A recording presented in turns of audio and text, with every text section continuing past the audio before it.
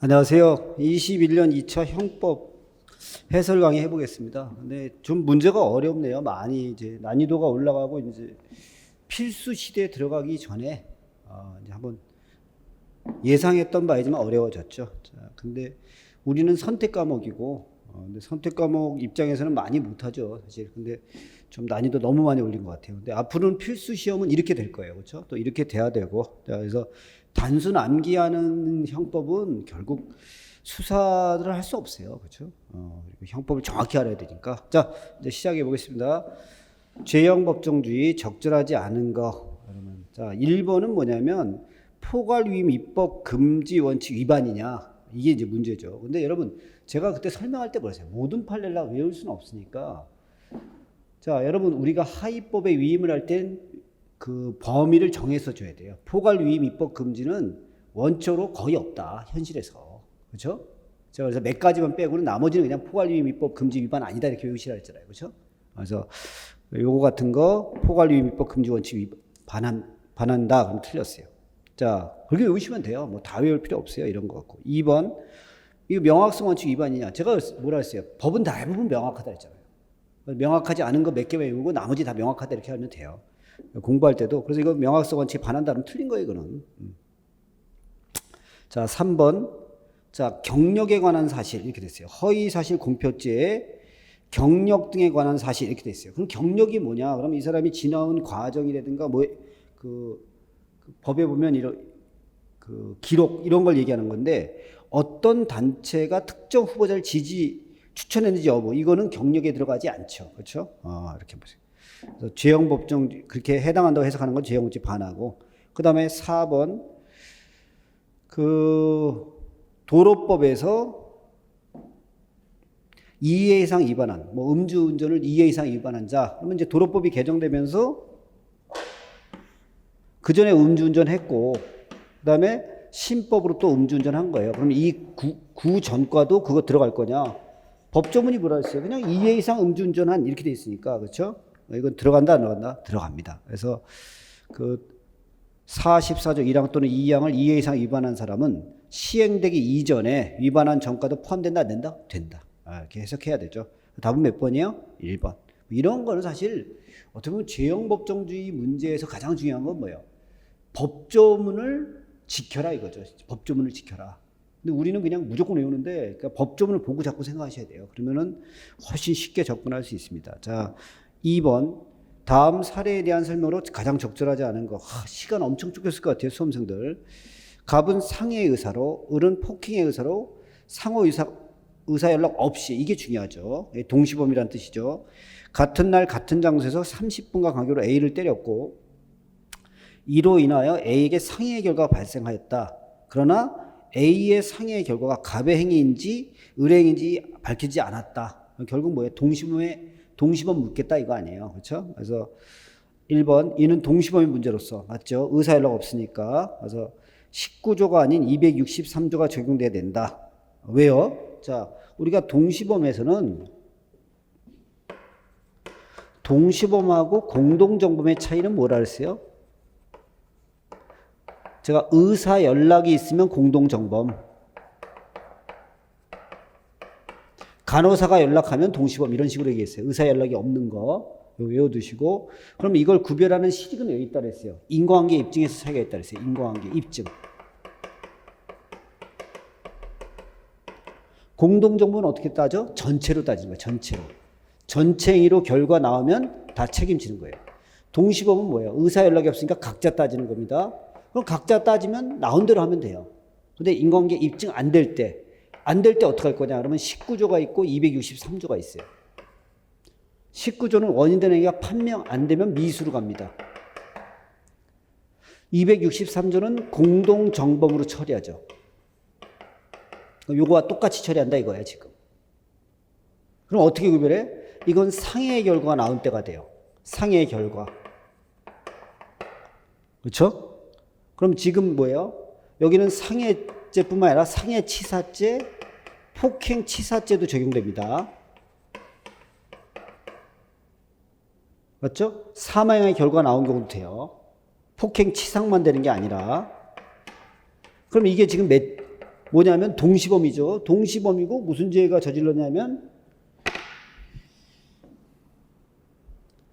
상해치사죄가 된 거예요. 상해죄가 성립한 거죠. 상해. 그럼 상해 결과가 나온 거잖아요. 그럼 263조로 가는 거죠. 그래서 19조가 아닌 263조가 적용되어야 한다. 맞네. 3번 만약 A의 상해가 가부 행위가 아닌 을의 폭행으로 인해 발생한 것이 밝혀졌다면 갑은 어떻게? 만약 인과관계가 판명이 됐으면 판명된 대로 하면 돼요. 근데 상해의 고의로 때렸는데 결과 안 났으니까 상해 미수가 되겠죠. 맞네요. 3번 만약 을이 폭행했다는 것 자체가 불분명해. 그럼 여러분 263조는 인과관계 안 나올 때만 적용되는 거지 때린 게 불분명하면 적용할 수가 없어요. 맞죠? 문제 잘 만들었네. 4번 만약 A에게 갑과 을의 행위로 상해가 아닌 사망의 결과 발생했어요. 그래도 그럼 폭행치사, 상해치사니까 223조가 적용돼야 되죠. 그럼 적용되지 않는다는 틀렸어요. 4번이 틀린 거예요. 자, 3번. 이런 문제가 좋죠. 이렇게 뭐 그냥 판례가 어떻게 하냐 이따위로 문제를 내지 말고 이 조문을 딱딱 적용해서 해야 되죠. 이게 형법이죠. 3번. 고의와 과실에 대한 설명으로 가장 적절하지 않은 것. 자, 돈을 빌렸는데 못 갚는다. 이것만 갖고 사기라고 할 수는 없어요. 그래서 거기 1번이 그거죠. 채권자 A가 채무자의 갑의 신용 상태를 인식하고 있어 장래의 변제 지체, 돈을 늦게 갚을 것이다. 또는 변제 불능, 못 갚을 것이다. 예상하거나 예상할 수 있었어요. 그럼 못 갚을 게 확실했어. 그럼 이거 속인 거예요? 아니에요? 아니죠. 그래서 갑이 구체적인 변제 의사, 변제 능력 이런 거래 여부를 결정질 수 있는 중요한 사항을 허위로 말하였다는 특단의 사정이 없는 한 그 후 제대로 변제하지 못했다는 사실만으로 사기죄 고의가 있다고 볼 수 없다. 맞죠? 속여야 되잖아요. 사기는. 돈 못 갚았다고 해서 다 사기가 되는 건 아니죠. 2번 방조범은 방조의 고의와 정범의 고의가 있어야 돼? 없어야 돼? 있어야 되죠. 이거 이중의 고의인데 이 경우 정범의 고의는 적어도 정범에 의해서 실현되는 범죄의 구체적 내용을 인식할 것이 필요한다. 아니죠. 이 방조범이 할 때 정범의 고의는 어떤 범죄를 실현할지 알 정도면 되지 구체적 내용까지 다 알 필요는 없어요. 그렇죠? 자, 3번. 우리가 전에도 얘기했잖아요. 이 건물 안에 전기 배선이 잘못됐다. 그럼 이거는 임차인이 알 재간이 없어요. 원칙으로. 그래서 임대인이 책임져야 되는데 임차인이 알았어. 그럼 이 사람도 책임져야 되죠. 거기 나오죠. 그래서 전기 배선이 벽 내부에 매립 설치되어 있어요. 그래서 구조의 일부를 이루고 있으면 이건 일반적으로 소유자가 책임져야 돼요. 근데 그 전기 배선을 임차인이 직접 했어. 임차인이 했거나 그리고 그 이상을 미리 알았거나 알 수 있었다는 데 특별한 사정이 있는 때는 임차인에게도 그 부분의 화재로 인한 화재를 예방할 주의무 있다 없다? 있죠. 주의무 있죠. 책임져야지. 그런 거는. 그 다음에 갑은 A와 함께 술을 마시고 중앙선에 서서 도로 횡단을 중단한 상황에서 지나가는 차량의 유무를 확인하지 아니하고 고개를 숙인 채 서 있는 A의 팔을 갑자기 잡아 끌어 무단횡단하다가 지나가던 차량에게 이거 그죠? 술 먹고 이렇게 내가 얘기했죠. 근데 끌어당겨서 다쳤다. 그러면 이건 책임질 과실이 있다 없다? 있다. 그래서 주의 의무 있습니다. 그래서 답은 몇 번이에요? 2번 이렇게 돼 있고 4번 틀린 거 고르는 거예요. 자, 갑이 동거 중인 A의 지갑에서 현금을 꺼내가는 것을 보고도 A가 현장에서 목격도 만료 안 했어요. 자, 우리 동거하는데 갑자기 내가 돈을 꺼내. 그랬더니 와이프가 쳐다봐. 가져가라는 거잖아요. 그래서 이건 이를 허용하는 묵시적 의사가 있었다고 볼 수 있다 없다? 있다. 그래서 절도죄 안 되죠. 건물의 소유자라고 주장하는 갑과 그것을 점유 관리하고 있는 A 사이에 건물 소유권에 대한 분쟁이 계속되고 있는 상황에서 그럼 어떻게 돼요? 소유권 분쟁이 있으면 어떻게 해? 우리가 자력구제는 안 되는 게 원칙이죠. 그래서 법원의 재판 같은 걸 받아야 되는데 그 갑이 그냥 그 건물에 침입한 거예요. 그러면 이거는 승낙이 있었다고 볼 수 없다. 즉 주거 침입죄로 처벌한다 안 한다? 한다 이거죠. 그 다음에 갑이 을과 공모하여 교통사고를 가장하여 보험금을 편취할 목적으로 을에게 승낙을 받고 상해를 가했어요. 그러면 여러분 그 상해죄 같은 거는 승낙으로서 위법성이 조각될 수 있어요. 단 사회상규에 반하면 안 돼요. 그렇죠? 그러니까 이거 같은 거, 자, 의사가 야, 너 배를 좀 찢어야 되겠다. 수술해야 되니까 맹장 터져서. 그건 오케이. 괜찮죠. 근데 이런 거 보험 사기치기에서 하는 건 승낙으로서 효력이 없어요. 그래서 처벌해야 돼요. 조각된다고 볼 수 없다. 맞네. 4번 갑은 자신의 아버지 A 소유 부동산 매매에 관한 일체 권한을 위임받아 이를 매도한 후 갑자기 A가 사망하자 소유권 이전에 사용할 목적으로 A가 자신에게 인감증명서 발급을 위임한다는 취지의 위임장을 만든 거예요. 죽었는데 사망했는데 위임장을 만들었어요. 그렇죠? 그럼 이게 승낙이 가능한 거 불가능한 거? 불가능하죠. 죽었는데. 그래서 이건 승낙이 추정된다 하면 틀렸어요. 죽었는데 무슨 승낙이 추정됩니다. 그래서 답은 몇 번이야? 4번. 자, 5번. 정범과 공범의 구별에 관한 학설에 대한 설명이다. 옳고 그름의 표시로 바르게 된 거죠. 야, 이런 문제를 냈어요. 그렇죠? 이거 불이탄데 뭐 100점을 방지하겠다 이건데 사실 그 형법 시험에서 지금 현재는 형법이 선택 과목입니다. 선택 과목. 그 점수 배점도 낮아요. 배점도 낮죠. 근데 지금 영어 국사가 당락을 좌우하는 상황에서 영어 국사 못하는 수험생은 이거 하다 시간 다 간단 말이에요. 근데 형법을 이렇게 어렵게 내버리면은 뭐 대책도 안 나오는 거죠, 사실. 근데 이제는 뭐 영어 국사 안 해도 되니까. 그렇죠?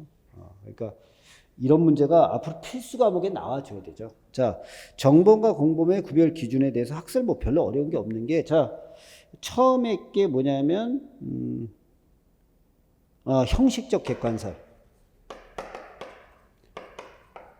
야, 정범과 공범은 어떻게 구별하냐? 그러면 아주 간단해요. 구성 요건에 해당하는 행위를 하는 사람만 정범이에요. 그러니까 조문 갖고 따진다 이거야. 구성 요건에 해당하는 행위 한 사람이 정범이에요. 그러면 만약에 A가 B한테 시켜서 B가 C를 죽였어요. 그럼 얘가 구성 요건에 해당하는 행위 했으니까 얘가 정범, 얘가 공범. 그렇죠? 시켰으면 교사, 뒀으면 방조, 그겁니다. 그래서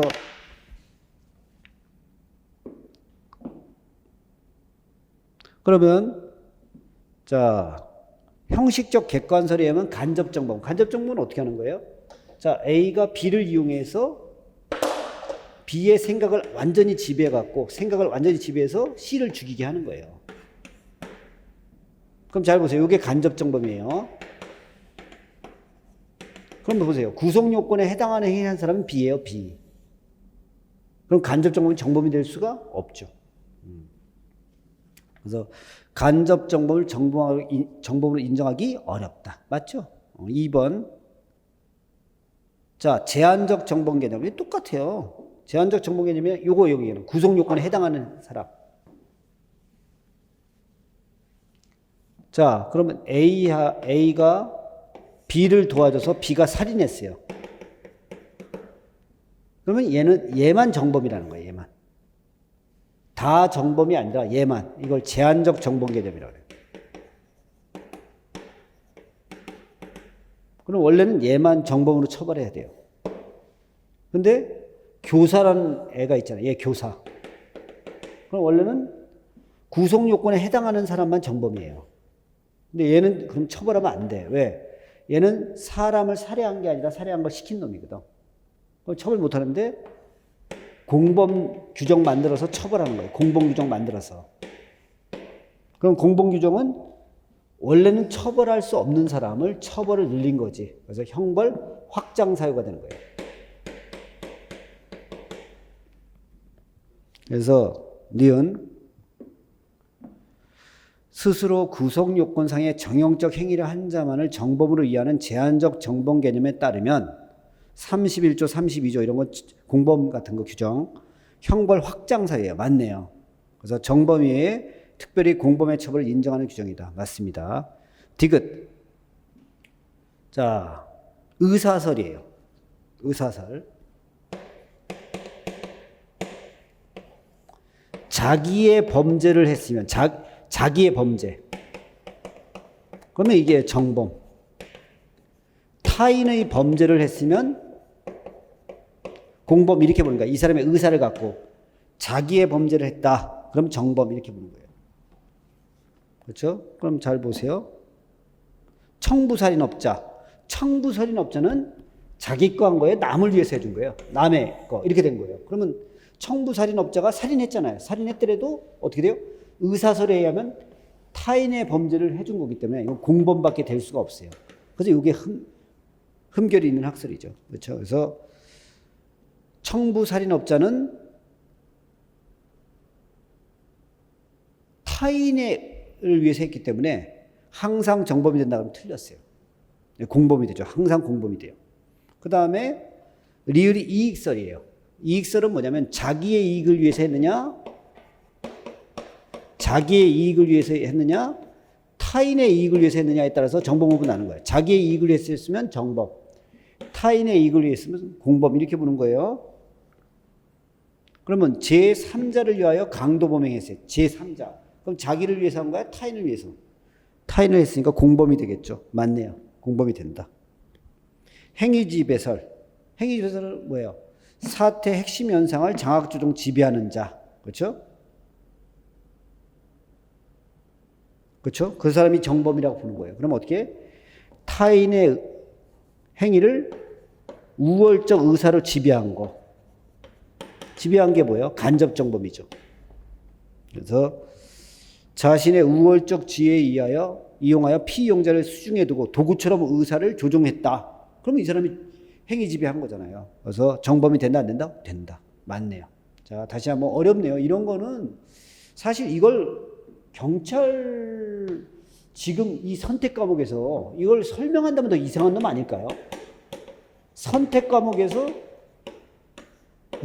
20문제 푸는데, 형법 20문제 푸는데 여기서 이것까지 가르쳐야 된다 그러면은 사실 이거 사법시험에서도 옛날에 나오는 문제들 스타일 아니에요, 이거. 이거 옛날에 나오는 거예요. 이게 참 좋은 이렇게 내면 안 돼요, 그렇죠? 그러니까 에라 틀려봐라 막 이렇게 내는 거죠. 근데 이렇게 되면 안 되고 제가 볼 때는 좀 예측 가능성이 있어야 돼요. 그냥 100점 방지하겠다고 막 어려운 문제 내면 그러면 수험생은 운 좋은 놈이 이기는 거예요. 실력 좋은 놈이 이기는 게 아니라. 그러니까 이런 거는 조금 더 문제는 뭐 좋은 문제는 맞는데 참 이 시험 실정이 좀 안 맞는 거 아닌가 하죠. 좀 안타까워요. 제가 여기 현장에서 학생들을 가르치다 보면요. 아니 선생이 할 일은 뭐냐면요. 양을 줄여주는 거예요, 여러분. 선생이 양을 늘려버리면요. 수험생은 죽어나는 거예요, 여러분. 그죠? 그거 못 붙고. 근데 이런 식으로 가끔 내버리면요. 어떤 애들이 큰 소리 치냐면 막, 나 이런 것도 가르쳤다. 막 이런 애들이 사실 그런 사람은 학원 선생하면 안 돼요. 그렇죠? 대학교로 가셔야지. 그거는 뭐 되게 잘난 척하지만 사실은 수험생한테 독약이거든. 또 그럼 수험생은 이렇게 하면 또 막 이상한 걸 공부해요. 기초도 안 된 상태에서. 그러니까 참 하여튼 요거는 앞으로는 이렇게 나오겠죠. 필수가 뭐 그리고 금방 배워요, 여러분. 원리 배우면 뭐 이거 뭐 마음 먹으면 금방 배우지 사실. 그렇죠? 처음이 어렵지. 그래서 기억은 맞고 니은도 맞고 디귿은 틀렸고 리을 맞고 미음 맞고요. 그래서 답은 3번이에요. 6번 공동정범으로 적절하지 않은 거.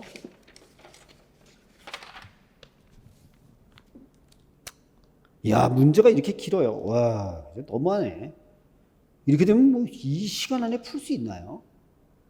출제한 사람들 한번 풀어보라 그래요. 자, 갑이 A를 살해하고자 A의 음료수 잔에 치사량의 독약을 넣고 사라진 후 그 사실을 알고 있는 을이 독자적으로 A를 살해하고자 한 번 더 치사량의 독약을 넣어 A가 이를 마시고 사망했어요. 갑과 을은 상호 간에 의사 연락이 없어 공동정범이 성립하지 않는다. 맞죠? 이건 한쪽만 편면, 그러니까 우리가 공동정범들은 같이 짜야 돼요. 공동 가공의 의사가 있어야 돼요. 같이 하겠다는 의사가 있어요. 그래서 양쪽이 다 생각해야 돼요. 지금 한쪽만 생각한 거잖아요. 그래서 이건 편면적 공동정범이니까 공동정범이 될 수 없다. 맞네요. 2번. 자, 갑이 강도살인의 의사로 먼저 A를 살해한 후 마침 그곳을 지나가던 을이 이를 보고 갑의 양해하에 절체의 의사로 참가하여 갑의 A의 지갑과 현금을 을은 A의 시계와 금반지를 가져간 경우 승계적 공동점을 인정하더라도 을에 대한 살인죄 책임을 지지 않는다. 자, 우리가 지금 A 갑인가요? 갑은 강도살인. 자, 갑은 강도살인 하려고 먼저 살인한 거예요. 근데 을이 여기서 가담하는 거야, 여기. 요거 물건을 가져가는 거, 여기에 가담한 거예요. 그럼 요게 이제 먼저 문제가 될 수 있는 게 요때도 공동점이 될 수 있느냐? 된다는 거예요. 이게 승계적 공동점이죠. 행위 공동설 취해서. 단 우리나라 판례는 이 이후 거만 책임집니다. 이 전 거는 책임지지 않습니다. 그렇죠? 그래서 강도살인죄는 안 되죠. 그냥 절도나 이런 게 될 수 있겠죠. 자, 그 다음에 3번.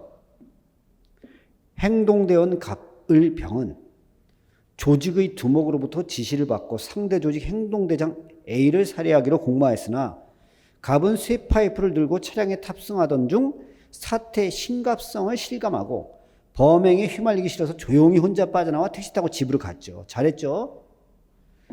이후에 을병이 공모한 대로 A의 사무실 가서 A를 살해했어요. 갑에게는 살인죄 공동정이 성립한다. 안 된다 그랬죠?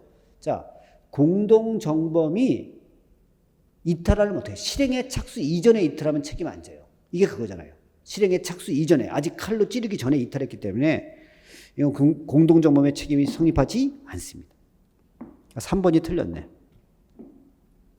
조직 보스 갑은 부하인 을과 반대 조직의 보스 A를 살해하기로 마음먹고 공모하고 갑은 자신의 사무실에서 진행 상황을 실시간으로 보고받고 을이 A의 사무실로 가서 A를 살해한 경우 공모 공동정범을 인정하는 견해에 따르면 그렇죠? 짰는데 현장에 안 가도 정범이 되는 게 공모 공동정범이에요. 맞죠? 이 정도면 인정할 수 있습니다. 그래서 답은 몇 번이에요? 3번. 야, 이거 기네요. 이 수험생 입장에서 되게 어려웠겠네. 자, 부작위범에 대한 설명으로 가장 적절한 것은 임대인 갑은 자, 자신의 여관 건물에 대해서 임차인 A와 임대차 계약을 체결하면서 그 건물에 대해서 경매 절차가 진행 중인 걸 알리지 않았어요. 그럼 안 되죠? 알려야 돼? 안 알려야 돼? 알려야 돼요. 안 알렸으면 이건 사기죄로 처벌이 가능하다 불가능하다? 가능합니다. 그래서 사기죄가 성립하지 않는다 그러면 틀렸고 2번 갑이 특정 시술을 받으면 아들을 낳을 수 있을 것이라는 착오에 빠져있는 A에게 그 시술의 효과와 원리에 대해서 사실대로 고지하지 않고 아들을 낳을 수 있는 시술인 것처럼 가정하여 1년에 시술하고 금원을 교부받은 거 사기죄 됐다 안 됐다? 됐다. 왜? 고지 의무 있다 없다? 있다. 알려주라 이거예요. 그래서 이거 사기죄로 처벌됩니다. 3번 볼게요. 갑이 A와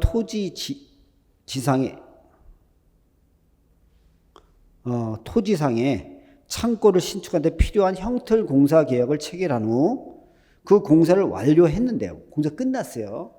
A가 공사 대금을 주지 않자 이를 받기 위해 토지에 쌓아둔 건축자재를 치우지 않은 경우 갑은 업무방해죄로 처벌된다. 그럼 여기서 이제 문제가 되는 건 업무방해죄는 부진정 부작이에요. 그럼 어떻게 해요? 원래 자기범으로 할 거를 부작위로 저지르는 거예요. 이게 부진정 부작위범이죠? 그럼 제가 뭐라 그랬어요?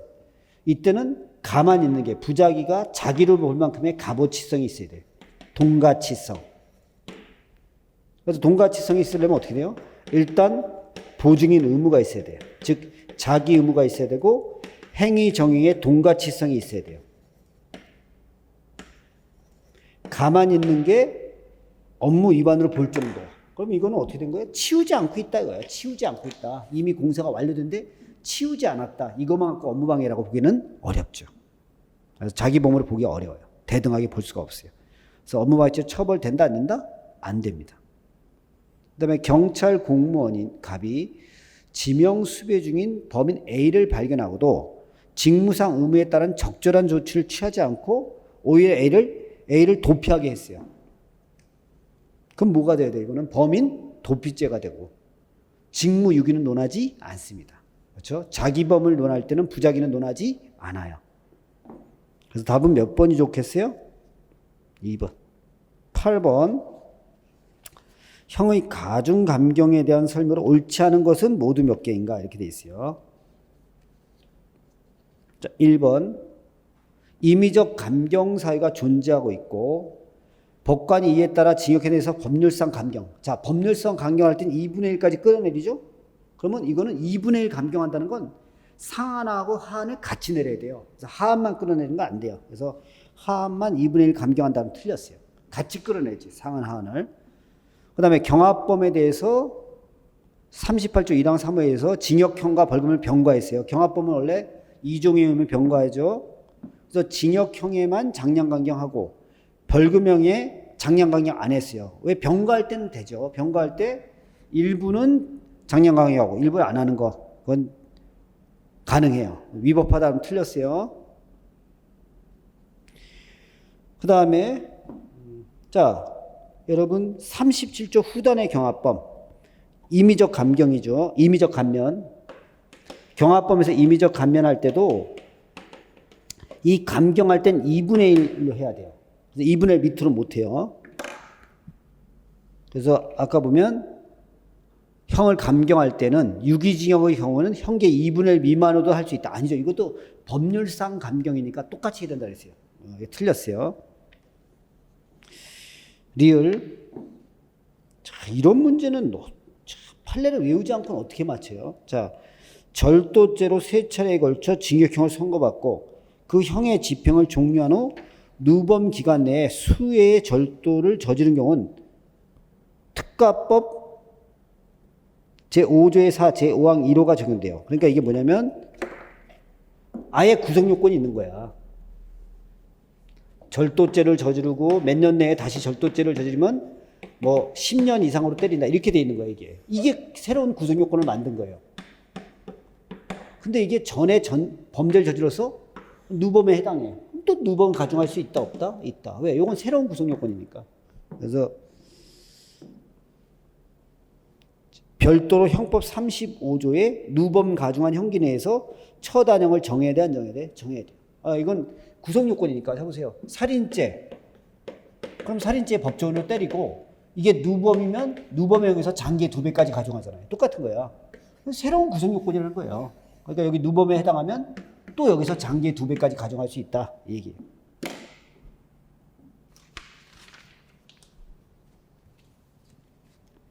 반복된 음주운전에 대해서 도로교통법 148조 2, 1항 1호를 적용하고 다시 형법 35조에 누범 가중하는 거예요. 그렇죠? 아, 이것도 똑같아요. 구속요건이 148조의 2, 제1항 1호에 들어가. 그러면 이제 그 구속요건 하나 됐고, 그 다음에 이게 누범이야. 그러면 가중할 수 있죠. 그래서 이건 이중처벌 금지에 반하지 않죠. 할 수 있어요. 그러니까 새로운 구속요건에 누범을 가중한다고 생각하시면 돼요. 그렇죠? 그래서 결국 틀린 것은 뭐야?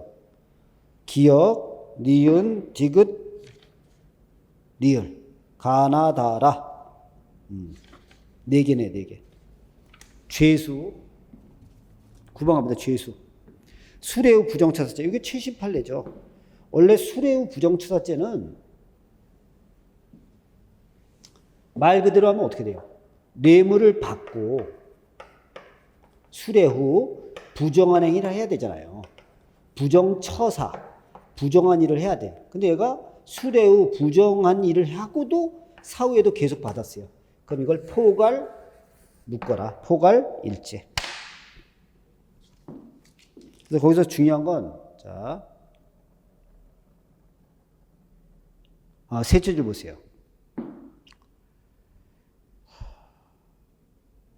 둘째 줄 보시면 뇌물수수 행위와 부정한 행위 사이에 인과관계가 인정되며 피해 법익도 동일한 경우에는 최후의 부정한 행위 이후에 저질러진 뇌물수수 행위도 이전의 뇌물수수 행위와 함께 수뢰후 부정처사죄 포괄일죄. 이거 최신 판례였잖아요. 우리 판례 특강할 때 한 거죠.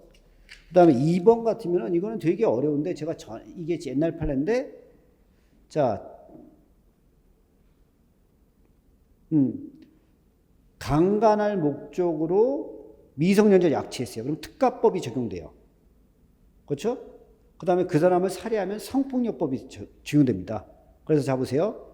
미성년자를 약취한 후, 그럼 미성년자 약취죄잖아. 그럼 특가법. 그 다음에 강간 살인하려고 그랬으면 성폭력. 그럼 행위가 몇 번이야? 2번. 그래서 이건 경합법입니다. 따로따로. 그래서 제가 외울 때 하나 미성년자 약취, 그 다음에 강간 살인, 이게 2개 나누라 그랬어요. 그렇죠? 죄수할 때 얘기한 겁니다. 상상 경합 관계에 따르면 틀렸어요. 자, 공무원이 직무 관련자에게 제3자와 계약을 체결하도록 요구하며 계약을 체결하게 하는 행위가 제3자 뇌물수수죄하고 직권남용 권리행사 방해죄 구성요건에 모두 해당해. 행위는 한 번이니까 상상 경합 맞네요. 자, 택시 운전사를 때렸네요. 업무방해죄는 어떻게 하는 거라고? 허위사실 유포 위계 위력이에요. 근데 지금 때렸죠, 폭행? 그러니까 따로 처벌해야 되죠. 그래서 그 폭행의 행위를 불가벌적 수반행위를 할 수 없다. 폭행죄 따로 성립합니다. 맞네요. 답은 몇 번? 2번. 10번 약취인죄.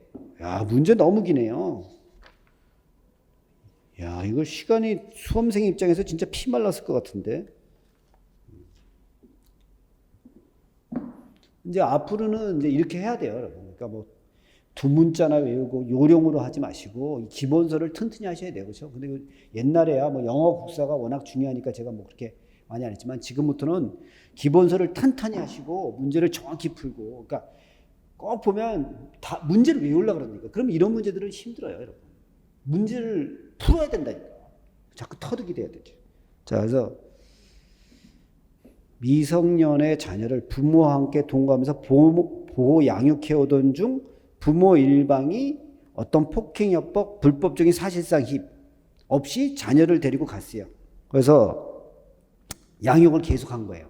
그럼 이건 약취인죄가 되지 않습니다. 2번, 미성년자 혼자 머무는 집에 침입하여 강도하는 과정에서 일시적으로 부모의 보호 관계가 사실상 침해됐어요. 약간 일시적으로 분리됐다. 이것만 갖고 약취인죄가 되지는 않죠. 자기의 생활 관계를 형성해야만 약취인죄가 돼요. 3번. 그 약취행위에서의 폭행 협박은 어떻게 돼요?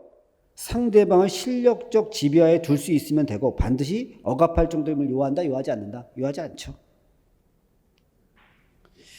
자, 교통사고 배상금 문제로 분쟁이 발생하자 아버지가, 그렇죠? 아버지가 미성년의 어머니가 교통사고로 사망하여 아버지가 미성년자의 양육을 외조부한테 맡겼어요. 왜 지가 낳은 자식을 외조부한테 맡길까요? 이게 좀 이해가 안 돼, 그죠? 무책임한 거죠, 그죠? 그다음 교통사고 배상금 문제로 분쟁이 발생하자 아버지가 학교에서 기가하는 미성년자를 그의 의사에 반하여 자신의 지배하에 옮긴 거예요. 그러면 친권자들에도 약취인죄가 됩니다. 성립하지 않는다. 틀렸죠? 다음 몇 번이야? 3번. 11번. 옳은 것을 모두 고르시오. 기억. 자, 우리가 미성년자 위계간음죄에서 옛날에는 간음행위와 불가분적인 조건을 속여야 돼요. 근데 지금은 그 불가분적인 요소가 아니더라도 됩니다. 그 속은 데 중요한 역할을 하면 돼요. 자, 성인 갑은 스마트폰 채팅을 통하여 알게 된 A, 14살. 자신을 고등학생 을이라고 속여 채팅을 통해 교제하던 중. 이런 놈들이 있어요. 그러니까 동물의 세계랑 똑같죠? 힘없고 약한 애를 노리는 늑대 같은 인간들이 기다리는 거예요. 그렇죠? 스토킹하는 여성 때문에 힘들다며 그 여성을 떼어내려면 자신의 선배와 성관계를 해야 한다는 취지로 A에게 이야기해왔고, 갑과 헤어지는 것이 두려워 이를 승낙한 A를 마치 자신이 을이 선배인 것처럼 행세하며 간음한 경우 A가 간음행위와 불가분적 관련성이 없는 다른 조건에 관하여 갑에게 속았던 것이기 때문에 위계간음죄로 처벌하지 못한다. 아니죠? 결국 이 사람이 간음을 결정하는데 중요한 조건을 속였기 때문에 그 불가분적 관련성이 없더라도 됩니다. 그렇죠? 위계간음죄로 처벌하는 거예요. 그러니까 요새 애들이 그 채팅으로 많이 하나 봐요. 그렇죠? 그래서 이 참 문제예요. 저도 제 딸들이 무슨 생각하거나 우리 애들이 무슨 생각하는지 잘 모르잖아요. 사실 부모들은 애 장래를 걱정하니까 이제 뭐 공부 열심히 해라 이런 얘기만 하는데 애들이 고민하는 걸 우리가 잘 모르는 걸 수도 있죠. 이런 일이 생기니까 참 가슴 아파요. 저도 부모의 하나로서 어떻게 오는지 모르겠어요. 그렇죠? 참. 니은 피해자가 깊은 잠에 빠져 있거나 술, 약물 등에 의해서 일시적으로 의식을 잃은 상태, 완전히 의식을 잃지는 않았더라도 그와 같은 사유로 정상적인 판단 능력과 대응 조절 능력을 행사할 수 없는 상태가 됐으면 이건 중간간이나 중간지층의 심신상실 한거불능 상태에 있다 없다? 있다. 이것도 최신 판례죠. 그래서 제가 블랙아웃, 술 먹고 그냥 필름이 끊겼어요. 기억이 안 난다. 요거 갖고는 심신상실이 아니에요. 근데 패싱아웃,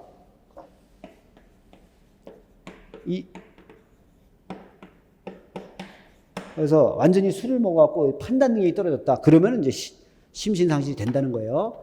기억이 안 난다 갖고는 안 되고 이 정도 되면 된다는 거예요. 깊은 잠에 빠져 있거나 의식을 잃은 상태, 그 다음에 정상적인 판단 능력이 없을 때 이러면 한거불능 상태를 본다 안 본다? 본다. 디귿도 최근 판례죠. 자, 업무 고용 관계로 인해서 보호 감독을 받는 사람을 간음은 업무상 위력에 의한 간음이에요. 근데 이 사람은 현재 보호하는 사람뿐만 아니라 알바 구하려고 갔는데 그 사장이 이래버리는 거죠. 그래서 채용 절차에서 영향력 범위 안에 있는 사람도 포함된다. 이게 최신 판례로서 그때 우리 풀어본 거죠. 포함되죠. 리얼 미성년자는 13세 이상 19세 미만의 사람 말하죠. 맞죠? 왜 13세 미만은 의제 강간이 되니까 제가 그때 나이 따져버렸었잖아요. 강간에서는 나이별로 나눈다 그랬잖아요. 13세 미만은 의제 강간, 13세에서 19세 미만은 미성년자니까 위계 유령만 써도 된다. 그렇죠? 그리고 이 모든 사람을 폭행해서 간음은 다 강간죄고. 자. 그래서 리을 맞죠? 미음 갑이 A를 강간할 목적으로 A의 가슴과 엉덩이를 만지다가 A가 깨어 소리치자 도망간 경우에 실행에 착수 없다 그랬죠? 근데 지금 같으면 이건 어떻게 돼요? 강간 예비죄가 있기 때문에 처벌할 수 있어요. 그래서 현행 형법상 범죄로 처벌할 수 없다. 틀렸죠. 문제 잘 만들었네요. 잘 만들었어요. 좀 길어서 그렇지.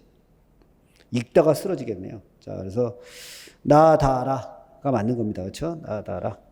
12번. 명예훼손죄에 대한 설명을 옳은 것은 모두 몇 개인가? 이 명예훼손죄가 사실 뭐 형법으로 그렇게 중요도는 없는데 시험 문제는 꾸지꾸지 나오죠. 왜? 현실에 많아서 그런가 봐요. 현실에. 1번 보세요. 제가 질문에 대답하는 과정에서 얘기했다. 이거 고의 인정되지 않습니다. 질문에 대답하는 과정에서 한 거. 그 다음에 갑이 집 뒷길에서 자신의 남편과 A의 친척이 듣는 가운데 다른 사람들이 들을 수 있는 정도의 큰 소리로 A에게 저것이 징역살다운 전과자다라고 말했어요. 자신의 남편하고 A의 친척이 들었어요. 그럼 이거는 떠들 가능성이 있죠. 공연성이 인정된다 안 된다? 된다. 그 다음에 요 디귿, 요것도 최신 판례 중에 그대로 냈네요. 이거 사실관계를 그대로 냈네. 네이버 밴드 게시판에 학생회장 출마자에 관해서 조언을 구한다는 글에 대한 댓글로 직전 회장 선거에 이프바했다 중도 사퇴한 친구의 비의 실명을 거론하며 객관적 사실에 부합하는 비하구가 학생회비도 내지 않고 총학생회장 선거에 출마하려 했다가 참 웃기죠. 학생회비도 안 내고 총학생회장 선거에 출마한다. 참 뻔뻔한 거죠. 회비 안 내면서 무슨 회장이 나가요. 게다가 상대방 후보를 비방하고 이래저래 학과를 분열시키고 개인적인 감정을 표한 사례가 있다고 언급한 거야. 그럼 이거는 깔려고 한 게 아니라 이런 걸 표현한 거니까 의견을 덧붙인 거. 그러면 이 주요한 동기와 목적은 공공의 이익을 위한 것으로서 비방의 목적은 있다 없다? 없다. 그러니까 뭐 택도 없는 애가 추승하니까 옛날에 어떤 사람도 그랬었는데 그러지 마. 이 정도는 꼭 비방하려고 한 건 같지는 않다. 그렇죠? 그 새끼가 막 그랬다는 놈이야 이렇게 아니라 전에 그런 사람도 있는데 당신도 그러지 마라 이런 거 아니야. 이건 비방의 목적이 있다고 보기 어렵다. 누구 마음이에요? 법관 마음이죠 뭐. 이거 외워두시면 됩니다. 자, 그 다음에 리을도 했었죠. 기레기란 표현. 기레기. 쓰레기 기자 그거잖아요. 기레기. 이거만 갖고 그렇죠? 처벌되진 않죠. 그래서 모욕의 표현에 해당하나 그렇죠? 위법성이 조각된다 안 된다? 된다. 그렇죠? 그래서 옳은 거 다 옳죠? 다 옳습니다. 자, 13번. 업무방해죄. 다른 사람이 작성한 논문을 자신의 단독 또는 공동으로 작성한 논문인 것처럼 학술지에 제출하여 발표한 논문 연구 실적을 부교수 승진시험 서류에 포함하여 제출하였으나 당의 논문을 제한 다른 논문만으로도 월등히 충족하고 있었다면 위계에 의한 업무방해죄가 성립하지 않는다. 아니죠. 위계로서 업무방해 위험성만 있으면 돼요. 위험성조차 없으면 안 되지만 위험성 있으면 가능한 겁니다. 그렇죠? 다른 논문이 실적 충분했더라도 이건 위험성이 있다 없다? 있다. 업무방해죄가 되죠. 2번. 자, 여기 키워드는 뭐야? 충분히 심사했어요. 근데 속았어요. 그럼 위계에 의한 업무방해죄 된다 안 된다? 된다. 3번. 이것도 똑같아요. 논문 작성자가 타인에게 전체 논문의 초안 작성을 의뢰하고 그에 따라 작성된 논문의 내용에 약간 수정만 가해서 제출한 거예요. 그러니까 박사학위는 따고 싶고, 그렇죠? 학위는 따고 싶고, 왜? 남한테 자랑해야 되고 취업할 때 써먹어야 되니까. 그래서 박사학위는 따고 공부는 하기 싫으니까 남이 다 써온 거 제출하는 거죠. 우리나라에 이런 사람들 많죠. 우리나라 박사학위 논문 중에 진짜 아마 조사해갖고 그 논문 진짜 제대로 쓴 사람이 몇 명이나 될까? 근데 이런 말 하면 안 되겠지만 대부분은, 그죠? 대부분은 사기꾼이죠, 사기꾼. 그래서 전 학위가 없잖아요. 전 그러기 싫거든, 그죠? 저 쓰기 싫거든요, 논문은. 또 제가 뭐 논문 써봐야 뭐 쓸 게 뭐 있겠어요, 형법에서. 형법은 논문 쓸 게 별로 없어요. 그렇죠? 그러니까 이게 짜가가 판을 치는 거죠, 짜가가. 외국 유명 대학 학사학위 논문 조작, 학위 조작, 다 그런 거예요.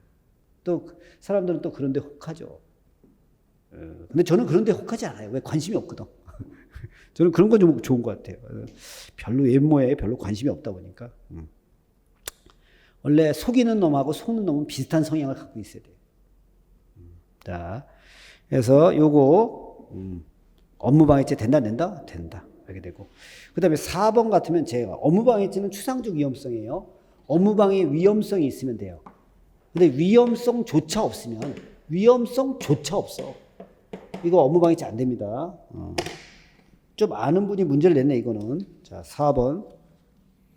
너무 잘 골랐네요. 딱 보시면 이분은 좀 잘 고른 것 같아. 자, 유출시켰어요. 근데 그 유출된 문제가 시험 실적에 제출도 안 됐어요.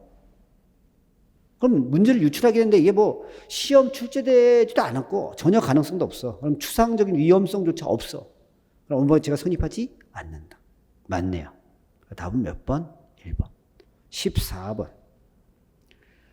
단순 절도 범인이 처음에는 흉기를 휴대하지 않았으나 체포를 면탈할 목적으로 폭행 협박할 때 흉기 휴대해요. 그럼 뭐예요? 특수강도가 되죠. 그래서 단순 강도의 중강도가 아니라 특수강도의 중강도가 되는 거예요. 특수강도가 어떻게 하는 거예요? 야간 주거지식 강도, 흉기 휴대잖아요. 합동, 흉기, 그러고 하는 거예요. 그 다음에 가방 날치기 수법의 점유 탈취가 돼서 빼앗는데 뺏기지 않으려고 가방끈을 놓지 않은 채 내 가방, 사람 살려! 이렇게 소리치는 거야. 근데 5m가량 끌고 가서 무릎에 상해 입혔으면 이건 어떤 겁니까? 처음엔 절도인데, 절도하려고 했는데, 여러분, 중강도하고 중강도와 강도의 차이는 뭐야? 재물을 얻기 위해서 때리면 강도고, 체포를 면탈해서 때리면 중강도예요. 근데 지금은 재물을 얻기 위해서 때렸으니까 뭐로 가야 돼? 강도로 가야 됩니다. 강도 치상죄가 되겠죠. 아니면 강도 상해 이렇게 가야 돼요. 그래서 절도와 상해죄 경합범 틀렸습니다. 3번 절도범이 체포를 면탈할 목적으로 여러 명의 피해자에게 같은 기획에 폭행했어요. 그럼 중강도가 되죠. 그중에 1인에게 상해를 가했어요. 그럼 어떻게 해? 하나는 강도 상해, 하나는 중강도 이렇게 된 거예요. 그럼 묶어라. 강도 상해죄 포괄 일죄. 맞네요. 4번 중강도의 기수미수는 뭐 갖고 결정한다 그랬어요? 절도 갖고 결정한다 그랬어요. 그래서 양주를 절취할 목적으로 주차장에 들어가 양주를 담고 있던 중 피해자가 들어오는 소리에 이를 두고 도망가려다가, 그러면 절도가 기수예요, 미수예요? 미수죠. 아직 완전히 취득한 게 아니니까. 그래서 이건 중강도의 미수가 됩니다. 답은 몇 번? 3번. 15번. 횡령죄에 대한 설명을 옳은 것은 모두 몇 개인가? 횡령죄. 자, 부동산을 공동으로 상속한 자들 중 1인이 부동산을 혼자 점유하다가 다른 공동상속인의 상속지분을 임의로 처분하여도, 여러분 부동산은 처분 권능이 있을 때만 횡령죄입니다. 근데 공동상속인의 상속지분을 임의로 처분했으면 이건 처분 권능이 없어서 횡령죄가 성립하지 않습니다. 그 다음에 전기통신금융사기의 공범인 계좌명령. 그럼 얘는 사기죄 공범이에요. 이놈이 개설한 예금계좌로 피해자가 송금 이체한 피해금을 먹어치웠어요. 그럼 어떻게 횡령죄 달지 않습니다. 이건 사기로 처벌하지 횡령으로 논하지 않아요. 자, 디귿.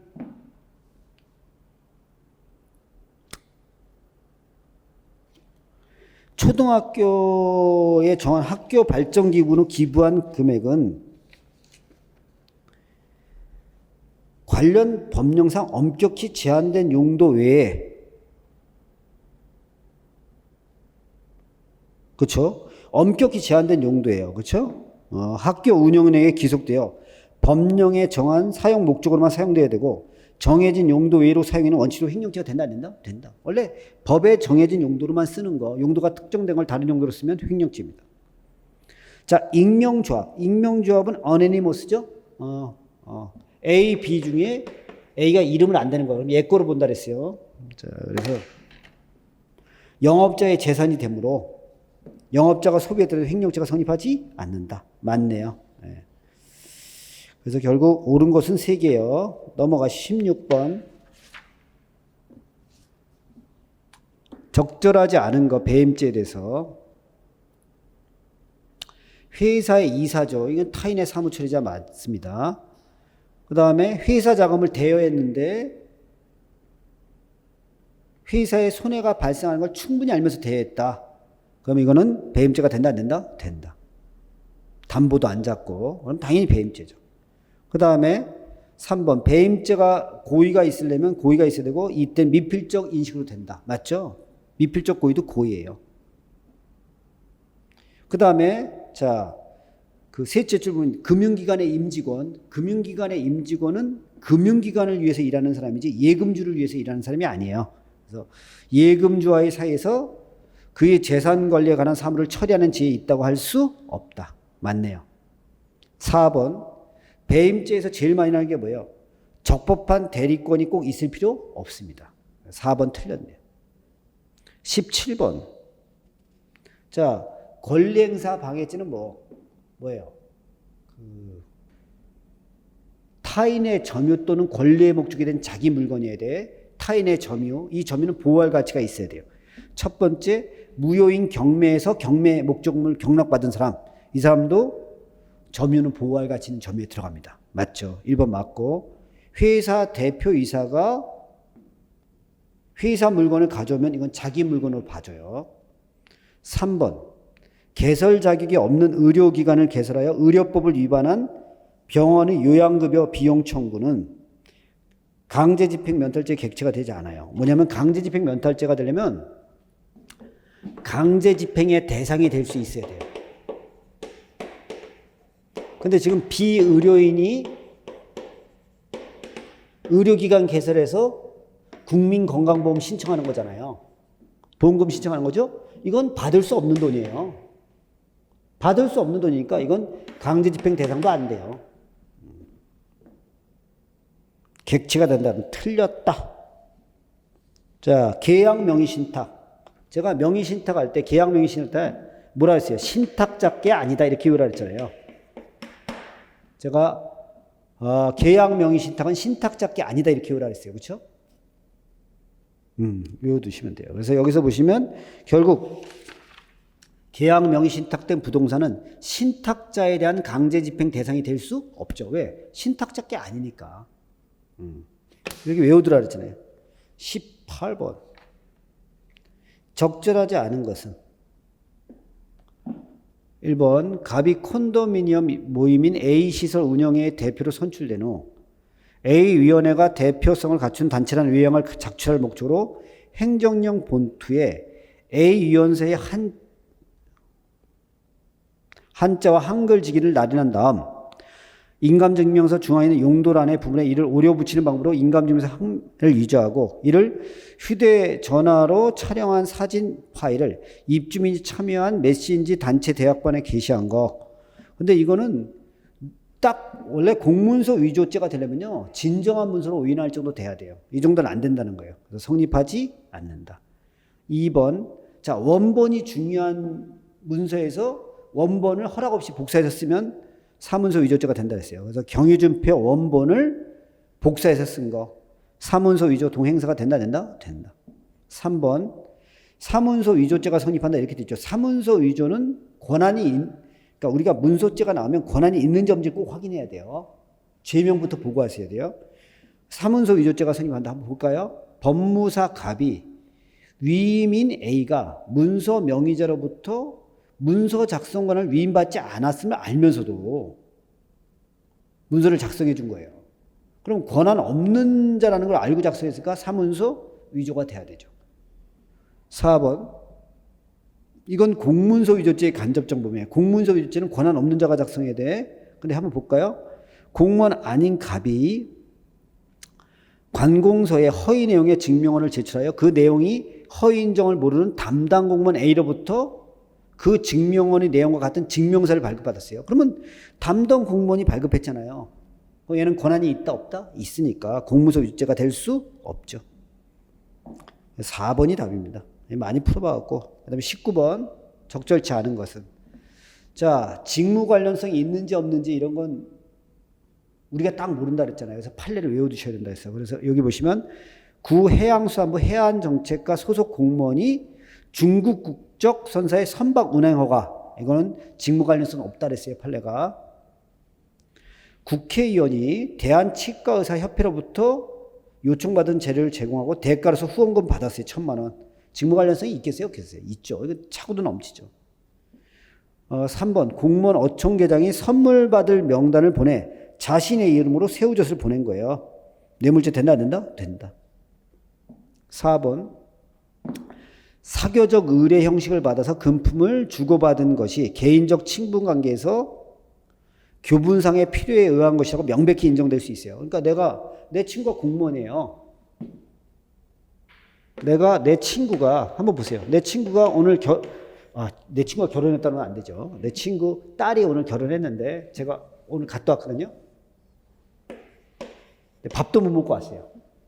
밥도 못 먹고 뭐 몇 명밖에 안 된다 그래갖고 비 오는데 비 쫄딱 맞고 가갖고 그냥 축하한다.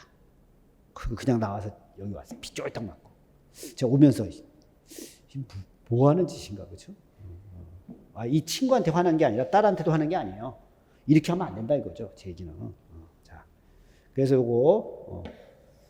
여기 제가 갔어요. 그럼 내 친구한테 내가 부주 낼 거 아니에요. 부주 낼 거 아니에요.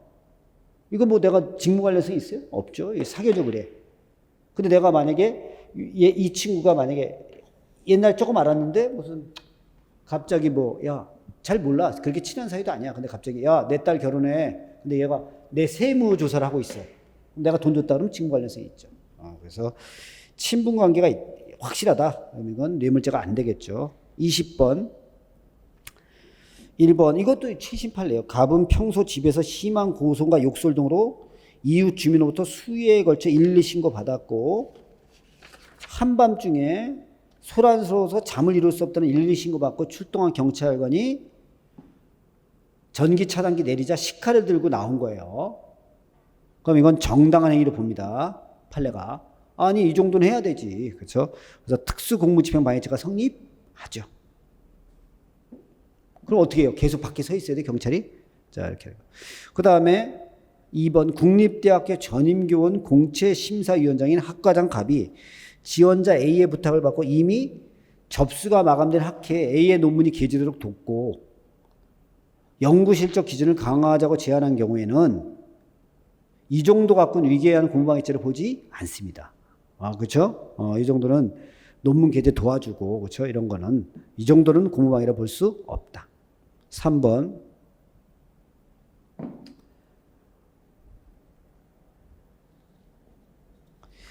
음주운전 신고를 받고 출동한 경찰관 A는 만취한 상태로 시동이 걸린 차량 운전석에 앉아있는 갑을 발견하고 음주 측정을 위해 하차 요구했고, 그렇죠? 만취한 상태로 시동이 걸린 차량 운전석에 앉아있는, 그렇죠? 네, 그래서 요구했고 갑이 차량을 운전하지 않았다고 다투자 지구대로 가서 차량 블랙박스를 확인하고자 하였다. 이에 갑이 명시적인 거부 의사 없이 도주하자 A가 갑을 10m 추격하여 앞을 막고 제지하는 과정에서 갑을 폭행했던 공무방해죄 돼야 돼, 안 돼야 돼? 돼야 되죠. 이 정도면 적법한 공무집행을 봐야 돼, 안 봐야 돼? 봐야 되죠. 4번. 갑이 허위의 매매계약서 및 영수증을 소명자료로 하여 가처분 신청했어요. 가처분. 자, 여러분, 위계한 공무집행 할지는 위계로서 공무집행이 방해돼야 돼요. 그리고 공무집행이 저지되거나 방해될 구체적 위험성이 있어야 돼요. 이 정도가 아니면 미수입니다. 그리고 공무방해죄는 미수가 없어요. 그럼 보세요. 얘가 허위 소명자료 제출했다. 그런데 법원의 구체적이고 현실적인 직무집행이 방해 안 됐어. 방해 안 됐으면 미수죠. 그러니까 처벌할 수 없죠. 그래서 위계한 공무집행 방해죄가 성립하지 않는다. 맞네요. 답은 1번이에요. 이렇게 하시면 됩니다. 지금 우리가 20문제 이거 해설만 하는데도 이렇게 오래 걸렸네요, 여러분. 되게 어려웠어요. 여러분들 수험생들 고생하셨으니까 푹 쉬시고, 그리고 뭐 힘들었겠지만 이럴수록 또 합격 점수는 또 결정이 똑같아요, 여러분. 걱정하지 마시고 오늘은 푹 주무시고 새로운 준비를 하시고, 그리고 뭐 절대 기죽지 마시고, 그렇죠? 제가 볼 땐 그래요. 언제나 어려운 걸 잘하려고 하지 마시고 기출문제집에 있는 거 기본서하고 기출문제를 잘 하시면, 그리고 문제를 좀 외우지 말고 푸세요. 풀어. 그러면 새로운 문제도 풀 수 있거든요. 그러면 꼭 좋은 결과 있을 겁니다. 오늘 수고하셨습니다.